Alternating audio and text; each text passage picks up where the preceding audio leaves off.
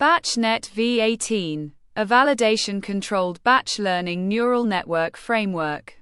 BatchNet v18 is a configurable, cross-platform, validation-controlled batch learning developed by Federico Maria Minaldi, who in 1994 added the sharpness D and Fileman F parameters to the hidden and output layers of Dobbins BatchNet C source code and to the involved run files.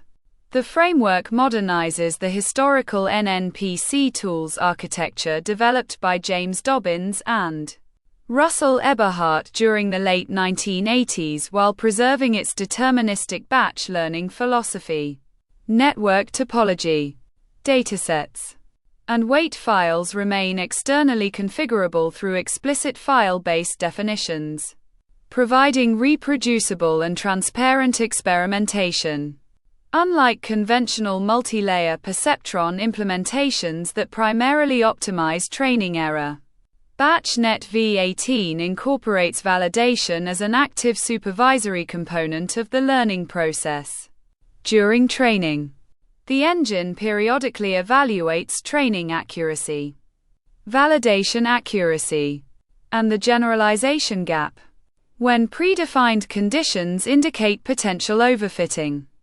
The framework can automatically apply adaptive interventions, including activation sharpness adjustment, learning rate reduction, restoration of the best validation checkpoint, and early stopping. BatchNet v18 supports two execution modes: classic mode, sigmoid activation, mean squared error, MSE, and the original batch learning formulation, modern mode, Xavier initialization, tan soft sign ReLU and leaky ReLU hidden activations, softmax output normalization, cross entropy loss, and enhanced numerical stability. The implementation follows a single code-based design that executes without modification on Linux, desktop systems and Android devices via Pydroid 3, supporting both command line and graphical interfaces while maintaining identical computational behavior. The video presents the framework architecture, processing workflow, adaptive validation control subsystem, software organization, and experimental results obtained on European football forecasting datasets. These experiments illustrate how validation-driven supervision can reduce the training validation gap while preserving reproducibility and computational efficiency on standard CPU hardware. Topics covered: historical evolution from NNPC tools, batch learning MLP architecture, validation-controlled training, adaptive overfitting prevention, persistent checkpoint management, classic and modern execution modes, cross-platform implementation, European soccer forecasting experiments, Linux and Android execution, software engineering architecture. Imagine you are holding just a standard smartphone. Let's say it's a Samsung Galaxy S22. Pretty common phone, yeah. Right. And you tap open a terminal app on the screen, this piece of software called Pydroid 3. You hit run, and in exactly 59 seconds, that phone processes the entire historical and tactical weight of 10 different European soccer leagues. Which is an insane amount of data. It really is. It crunches the numbers and spits out this highly tuned predictive model for future matches. Yeah. And there is no cloud connection. There's no freezing cold server farm in Silicon Valley doing the heavy lifting here. Just the phone. Just the phone warming up in the palm of your hand. Which, completely shatters our standard assumptions about artificial intelligence. Oh, absolutely. Because we've been conditioned to believe that advanced predictive modeling requires just massive, overwhelming computational power. But the developer logs we're examining today, they pitch a wildly different premise. Yeah, they really do. They detail an engine running entirely in a localized mobile environment. Pydroid 3 is essentially an app that turns a normal Android phone into a self-contained programming machine. So complex Python scripts, and in this case a full neural network, can run completely off the grid. Okay, let's unpack this, because the mission of this deep dive is to figure out how they actually pulled this off. How do you build a mobile neural network that truly understands the beautiful, chaotic game of European soccer instead of just mechanically memorizing past matches? So what exactly are we looking at in these developer logs? Well, we're tracking the evolution of a predictive AI called BatchNet. And look, while that 59-second process speed is a great technical feat, Super impressive. right, but the real story buried in these sources is actually a philosophical and mathematical debate between two developers. Federico and Minoldi. Exactly. They were wrestling with this core dilemma in machine learning, which is, how do you stop an AI from becoming a know-it-all that actually knows nothing? A know-it-all that knows nothing. I love that phrasing.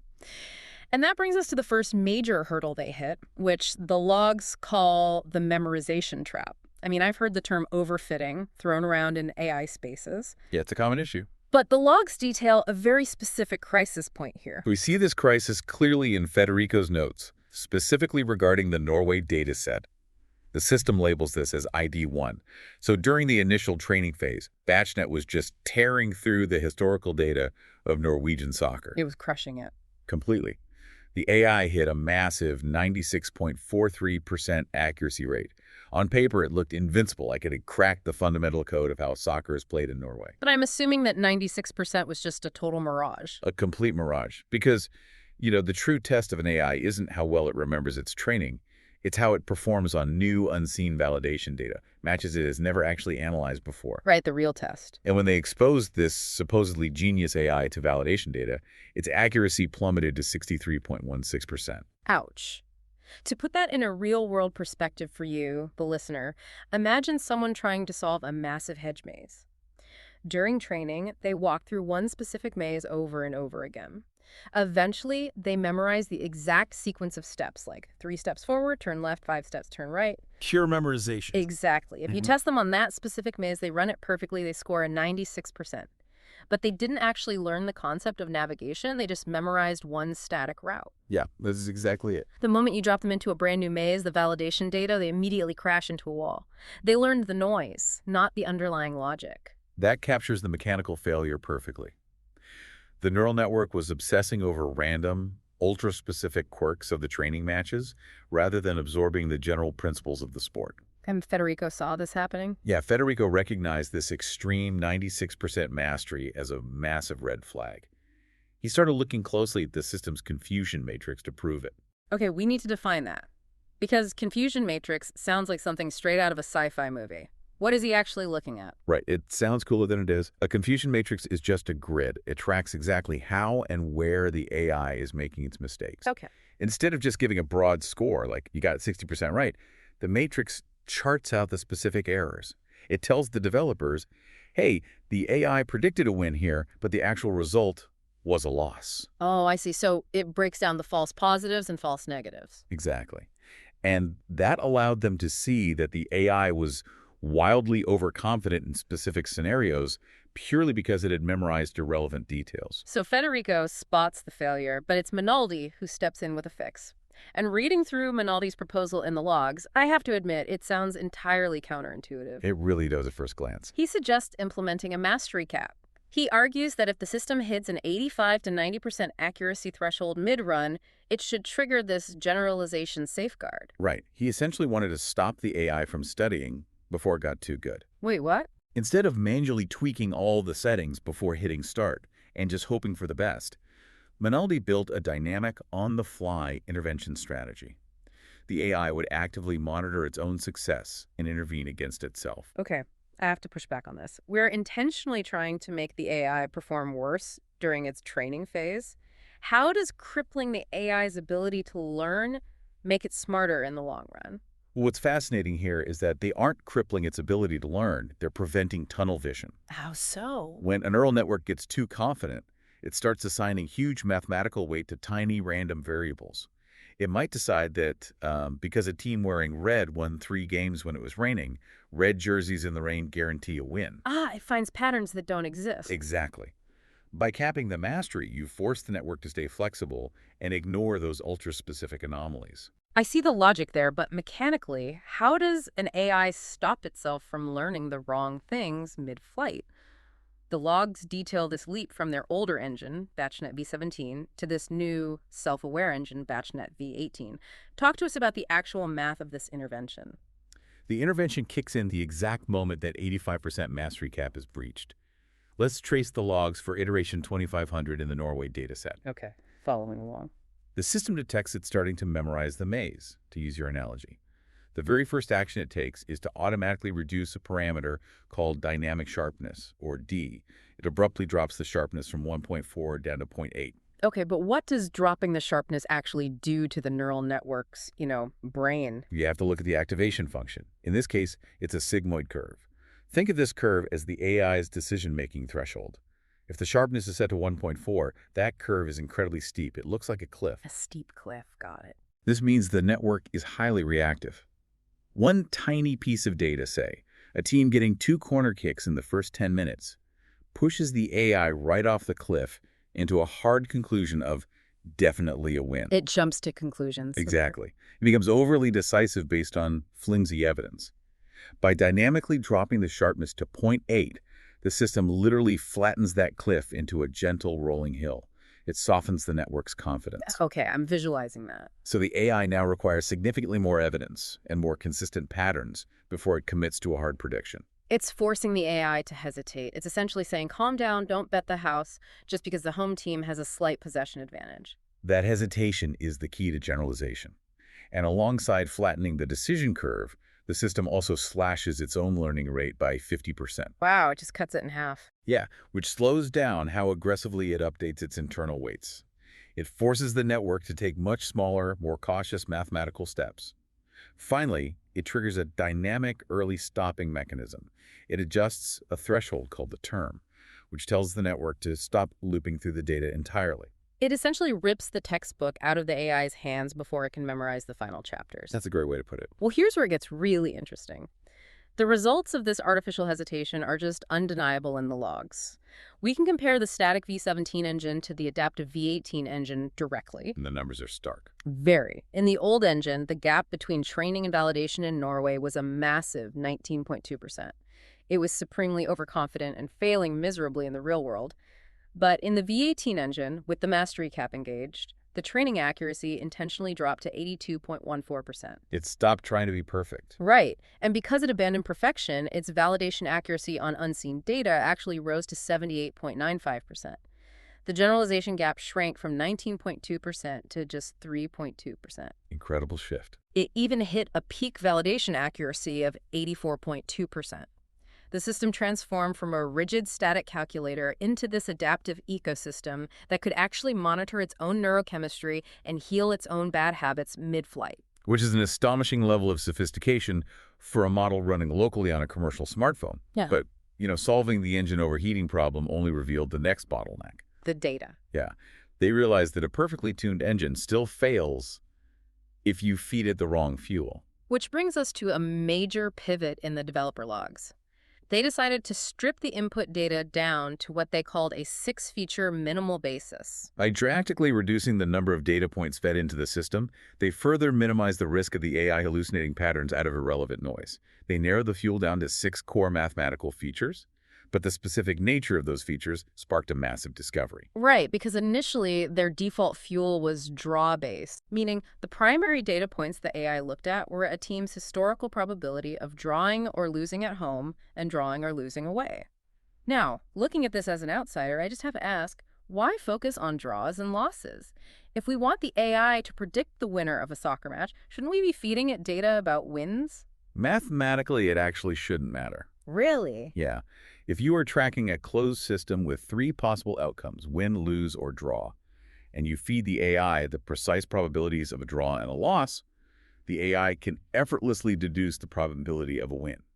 It's just the remaining percentage. Oh, sure. Basic math. Exactly. Oh. So from a pure data perspective, a draw-based feature set and a win-based feature set convey the exact same mathematical reality. But the developers decided to test that assumption anyway. For certain attacking leagues, they swapped the inputs to win-based features, feeding the network home win and loss and away win and loss probabilities instead. And that seemingly trivial flip in the data format produced spectacular, highly specific results. Norway, which we've been tracking, absolutely shattered its previous records. Fed with wind-based features, Norway's validation accuracy spiked to an incredible 89.47%. Sweden saw a similar surge, jumping to 78.95%.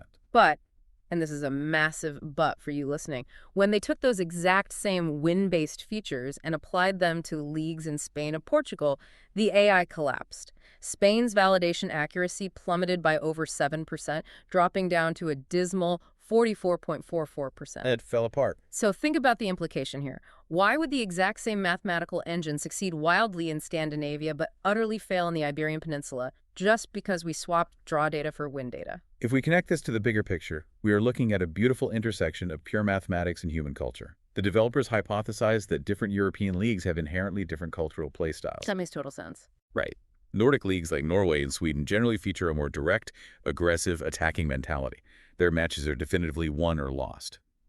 Therefore, feeding the AI wind-based features aligns perfectly with the cultural reality happening on the pitch. While leagues in Spain, Portugal, or Italy often involve highly tactical, defensive, draw-heavy battles of attrition, the draw-based features better capture the cautious nuance of those specific cultures. Precisely. It proves that you cannot apply a blanket algorithm to human behavior. The mathematical features must mirror the cultural reality of the environment you're trying to predict. The AI wasn't just processing numbers anymore. By stumbling through these feature sets, it was indirectly mapping the tactical and cultural philosophies of different European nations. Wow. So we have an engine that dynamically heals its own overconfidence, running on culturally tuned data fuel. And the next section of the developer logs takes a really fascinating turn. With the data optimized, Federico and Minaldi decided to stress test the core architecture of the AI itself. They set up a head-to-head battle between two completely different eras of artificial intelligence. The architecture clash. On one side of the ring, you have the classic mode. This is a legacy system based on a 1990s heuristic engine. It uses Dobbins and Eberhart logic, a sigmoid activation function, and calculates its errors using mean-squared error. Sounds very vintage. Okay, we need to translate this for the listener, though. Mean-squared error, sigmoid functions. What do these legacy tools actually do mechanically? Well, mean-squared error is incredibly straightforward. Think of it like a rigid wooden ruler. It simply measures exactly how far off your AI's guess is from the actual result. Just a straight measurement. Right. It doesn't judge the AI's confidence. Yeah. It just measures the distance of the mistake. It's simple, slow, and highly stable. And in the other corner, we have the modern mode. This relies on contemporary industry-standard architecture. It uses a TON activation function, a softmax output layer, and calculates its mistakes using cross-entropy loss. How does that differ from the 90s ruler? Cross-entropy loss is less like a rigid ruler and more like a strict punishing teacher grading an exam. Uh-oh. Yeah, it doesn't just care if you got the answer wrong. Yeah? It looks at how confident you were when you gave the wrong answer. If the AI is wrong and overly confident, cross-entropy penalizes the network massively. It really slaps it on the wrist. Hard. Yeah. It forces rapid, aggressive changes to the network's internal weights. This makes it a powerful learning tool, but it creates huge volatility if the data isn't perfectly formatted. So you have the slow, stable 1990s ruler going up against the aggressive, hypermodern, strict teacher. You would assume the modern standard would absolutely crush the 30-year-old legacy tech. Yeah. But the terminal feedback tells a shockingly different story. It really does. The 1990s classic mode achieved a remarkably smooth, stable training accuracy of 85.71%. Its error rate decreased steadily, step by step, without a single hiccup. Meanwhile, the modern mode struggled violently. The developer logs show it repeatedly triggering internal warnings.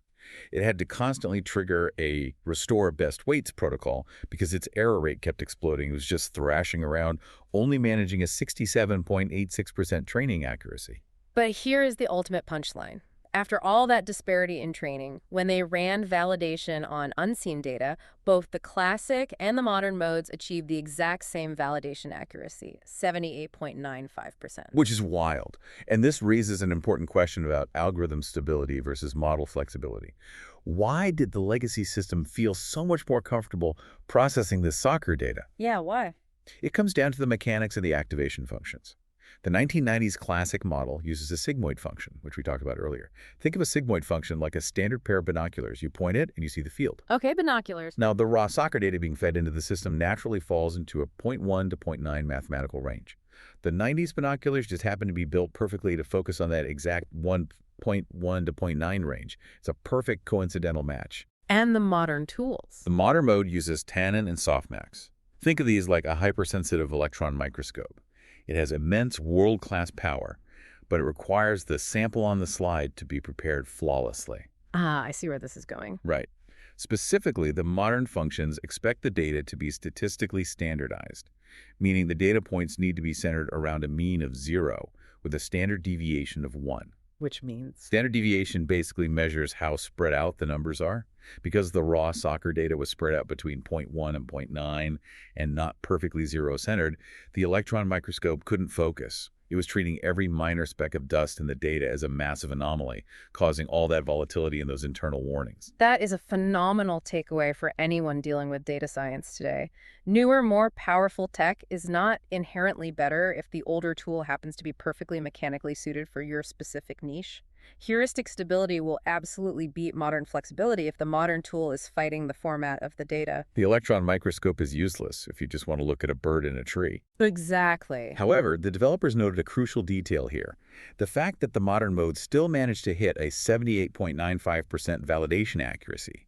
Despite fighting the data format and thrashing through its training phase, it hinted at an immense untapped potential. It was learning to spite itself. Yes. It suggested that if the modern architecture was ever given a sample size large enough and diverse enough to stabilize its aggressive learning style, it might far surpass the hard-coded limits of the 1990s legacy model. Which brings us perfectly to the grand finale of our sources, because the developers realized that if the modern electron microscope was struggling with the small, slightly messy data of one individual country, the logical next step was to completely overwhelm it. What happens if we feed it a massive, chaotic, multinational dataset? They call it Dataset ID 16, or the UEFA Combined Dataset. They merged the historical data from 10 distinctly different countries, Norway, Germany, Belgium, France, Spain, Italy, and several others, into one massive unified pool. We're talking about 1,056 complex training patterns. So they threw the direct attacking playstyle of Sweden into the exact same pool as the tactical draw-heavy playstyle of Portugal. They created a massive cultural clash of soccer philosophies. They fed this chaos into the volatile modern mode, utilizing the win-based features, and hit run on the smartphone. And this is where the modern architecture finally found its footing. Confronted with the massive UEFA dataset, the modern mode showed a dramatic improvement. It achieved a 64.81% validation accuracy. Now, comparing that to Norway's 89% might make it sound lower, but context is everything here. Attempting to predict matches across 10 vastly different cultural leagues with a single unified model is an incredibly complex challenge. Exactly. 64.81% is an astonishingly high hit rate for that level of chaotic diversity. In fact, it outperformed the individual dedicated models for countries like France, Spain, and Portugal. But the validation percentage isn't even the most critical metric from that final massive run. The true victory is found in what analysts call the delta. Yes, the delta. It's the difference between how well the AI scores in training versus how well it scores in validation. The UEFA Mega model had a training accuracy of only 45.83%. Okay. But its validation accuracy on unseen data was 64.81%. That results in a negative delta of negative 18.97%. So what does this all mean? It means the AI performed nearly 19% better on matches it had never seen before than on the matches it spent its time studying. A negative delta of that magnitude is the ultimate proof of genuine generalization. It proves conclusively that the network had completely abandoned memorization. I mean, you cannot memorize the chaotic, conflicting rules of 10 different leagues. Right. There's no single path through that maze. Exactly. Forced to navigate that chaos, the AI stopped looking for shortcuts and genuinely learned the underlying universal mathematics of European soccer. It found the invisible tactical threads that connect a muddy match in rainy Belgium to a match in sunny Italy. And the modern architecture finally had a dataset large enough to utilize its aggressive learning style without overheating. It is genuinely mind-blowing when you step back and look at the entire arc we've covered today. I mean, we started with a localized app running on a commercial Samsung phone that was stubbornly memorizing the answers to a practice test and failing the real exam. And through pure architectural ingenuity, we watched it evolve. It learned to monitor its own confusion. It learned to dynamically flatten its own decision curves mid-flight, forcing itself to hesitate and preventing its own overconfidence. It adapted to the specific cultural nuances of different nations, proving that math in Scandinavia isn't the same as math in the Iberian Peninsula. Yeah, that cultural adaptation was key. And finally, when pushed to its absolute limits with a massive, chaotic dataset of 10 merged countries, it abandoned memorization entirely to uncover the universal truths of the sport, all while running quietly in your pocket. I think the core lesson here, especially as we navigate our current era of constant information overload, is profound. The smartest systems, whether we are talking about artificial neural networks or human brains, are not the ones that stubbornly try to absorb the most data. The truly intelligent systems are the ones that have the self-awareness to know exactly when to stop studying the noise, step back, and start generalizing the larger picture. Having the self-awareness to know exactly when to stop studying, that is a brilliant final thought. And it leaves me with one last provocative idea for you to chew on as you go about your day. If a totally localized, self-regulating neural network on a smartphone can accurately predict the sheer chaos of human sports simply by dynamically preventing its own overconfidence, how long until this kind of adaptive, self-healing approach moves beyond soccer? Could your phone soon run background models predicting stock market fluctuations, city traffic gridlocks, or even the subtle shifts in local human behavior just by knowing exactly when to stop listening to the noise? Now that is a deep dive for another day. Until next time, keep questioning the data.